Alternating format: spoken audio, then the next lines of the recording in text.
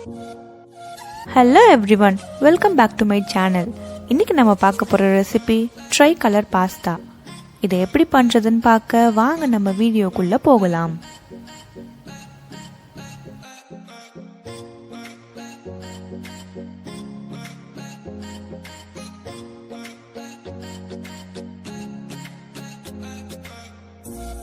என் சேனலை இன்னும் சப்ஸ்கிரைப் பண்ணாமல் இருந்தீங்கன்னா சப்ஸ்கிரைப் பண்ணிக்கோங்க. மறக்காம பக்கத்தில் இருக்க பெல் ஐக்கானை ப்ரெஸ் பண்ணிக்கோங்க. அப்போதான் நான் போடுற வீடியோஸ் உங்களுக்கு நோட்டிஃபிகேஷனில் வரும்.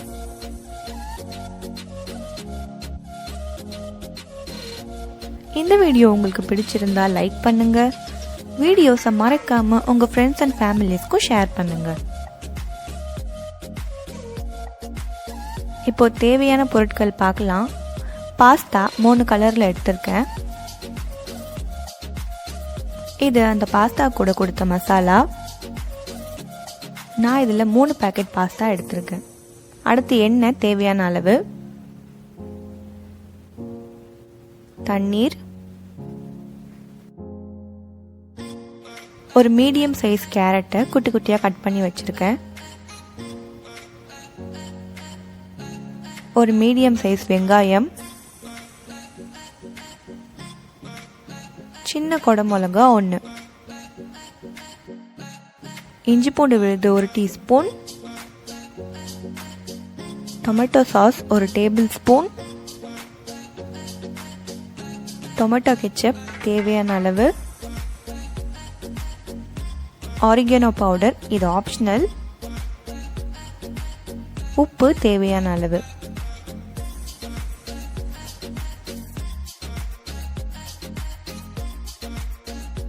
முதல்ல நம்ம பாஸ்தா வேக வைக்க போகிறோம். அதுக்கு அந்த பாஸ்தா முழுகிற அளவுக்கு தேவையான தண்ணி சேர்த்துக்கோங்க.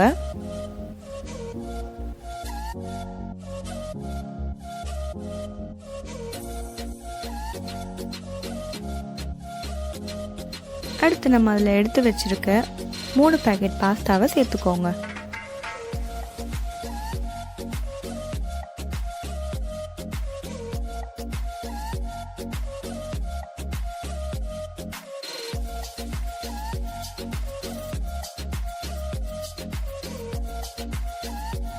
எல்லா பாஸ்தாவையும் சேர்த்ததும் அதில் கொஞ்சம் எண்ணெய் சேர்த்துக்கோங்க.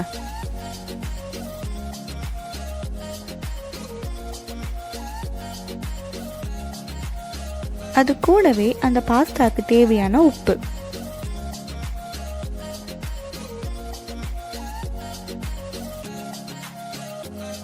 இப்போ எல்லாத்தையும் நல்லா மிக்ஸ் பண்ணி விட்டுருங்க.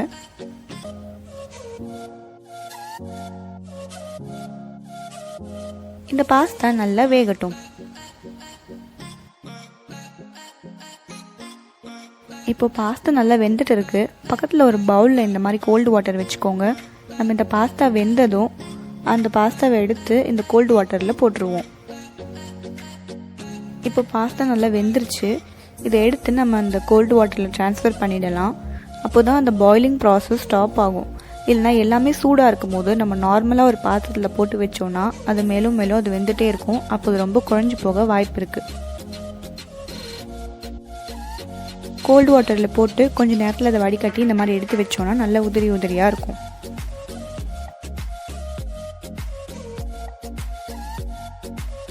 இப்போ பாஸ்தா பண்ணுறதுக்கு ஒரு பேன் வச்சுக்கோங்க. அந்த பேன் கொஞ்சம் ஹீட் ஆனதும் அதில் 2லேருந்து 3 டேபிள் ஸ்பூன் அளவு எண்ணெய் ஊற்றிக்கோங்க.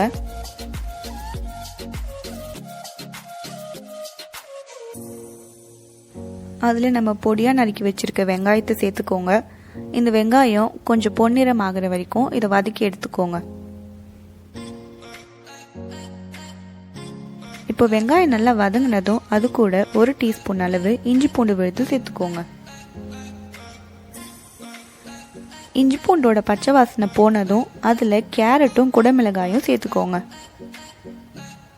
இந்த கேரட்டும் குடமிளகாயும் நம்ம உடம்புக்கு ரொம்ப நல்லது. இது ரெண்டுமே நம்மளோட கண் பார்வைக்கு நல்லது. இது நம்ம தொடர்ந்து சாப்பிட்டுட்டு வந்தோம்னா கேன்சர் வராமல் நம்மளை பாதுகாக்கும். கேரட் நம்ம கிட்னியும் லிவரும் நல்லா செயல்பட வைக்கும். காய்கறி நல்லா வதங்கினதும் அதில் 1 டேபிள் ஸ்பூன் அளவு டொமேட்டோ சாஸ் சேர்த்துக்கோங்க. இதுக்கு பதிலாக நீங்கள் தக்காளியை வீட்டிலேயே அரைச்சி கூட சேர்த்துக்கலாம். இப்போ இதை நல்லா மிக்ஸ் பண்ணி விட்டுருங்க. அடுத்து இது கூட அந்த பாஸ்தா கூடயே மசாலா கொடுத்துருக்காங்க, அந்த மசாலாவையும் சேர்த்துக்கோங்க. அது கூட இந்த காய்கறிக்கு தேவையான உப்பு, ஏன்னா நம்ம பாஸ்தாக்கு ஆல்ரெடி உப்பு போட்டு தான் வேக வச்சுருக்கோம். இப்போ இந்த மசாலா எல்லாத்தையும் நல்லா கலந்து விட்டுருங்க. நான் ஏற்கனவே கேரட்டை பற்றி சொன்னேன். இந்த குடமிளகாயை சாப்பிட்டோன்னா நம்மளோட உடம்புல இருக்க கலோரிஸ் எல்லாம் பேர்ன் பண்ணும், நம்ம உடம்புல இருக்க தேவையில்லாத கொலஸ்ட்ரால் எல்லாத்தையும் கம்மி பண்ணணும்னு சொல்கிறாங்க. அடுத்து இது கூட நம்ம வேக வச்சு எடுத்து வச்சுருக்க பாஸ்தாவை சேர்த்து அதை நல்லா அந்த மசாலாவோட மிக்ஸ் பண்ணி விட்டுருங்க. இன்க்ரீடியன்ட்ஸ் எல்லாம் டிஸ்கிரிப்ஷனில் கொடுக்குறேன், நீங்கள் செக் பண்ணிக்கோங்க.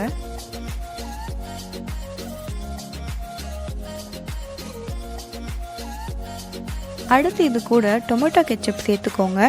இதோட அளவு உங்கள் விருப்பம் தான். உங்களுக்கு இந்த டேஸ்ட் ரொம்ப பிடிக்கும்னா நீங்கள் இன்னும் கொஞ்சம் அதிகமாக கூட சேர்த்துக்கலாம். இப்போ இது எல்லாத்தையுமே நல்லா மிக்ஸ் பண்ணி விட்டுருங்க.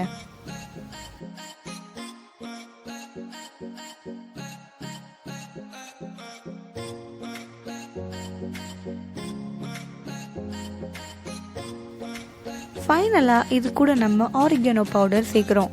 இது உங்ககிட்ட இல்லைன்னா நீங்கள் சேர்க்க வேணாம், இது ஆப்ஷனல் தான். இப்போ இதை நல்லா மிக்ஸ் பண்ணி விட்டிங்கன்னா நம்மளோட சுவையான ட்ரைகலர் பாஸ்தா ரெடி ஆயிடுச்சு.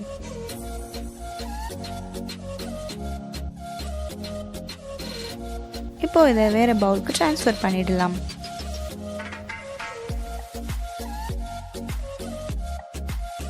இது ரொம்பவே டேஸ்ட்டாக இருக்கும். இதில் நம்ம காய்கறிகள் சேர்த்துருக்கோம், அந்த காய்கறியில் இருக்க நன்மைகள்லாம் நான் உங்ககிட்ட சொன்னேன்.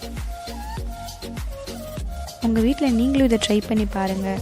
டேஸ்ட் எப்படி இருக்குன்னு மறக்காமல் கமெண்ட்டில் சொல்லுங்கள்.